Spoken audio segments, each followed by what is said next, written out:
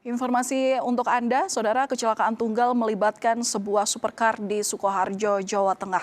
Kerasnya benturan membuat mobil terbelah menjadi dua bagian.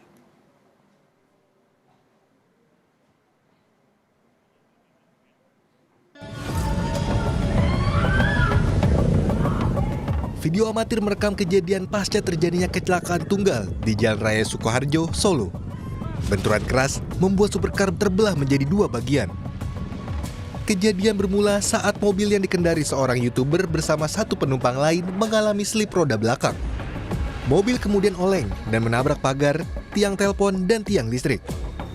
Tidak hanya itu, bagian aki kendaraan juga terlempar hingga menghantam dan memecahkan pintu kaca sebuah minimarket yang berada di sekitar lokasi. Sopir dan penumpang selamat dalam kecelakaan ini.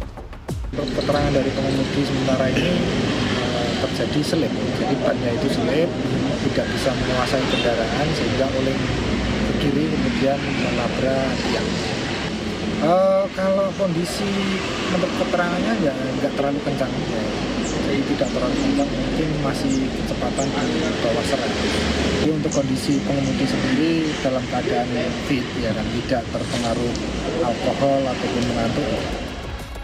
Saat ini Satlantas Polres Sukoharjo masih melakukan penyelidikan lebih lanjut untuk memastikan penyebab pasti kecelakaan tunggal tersebut.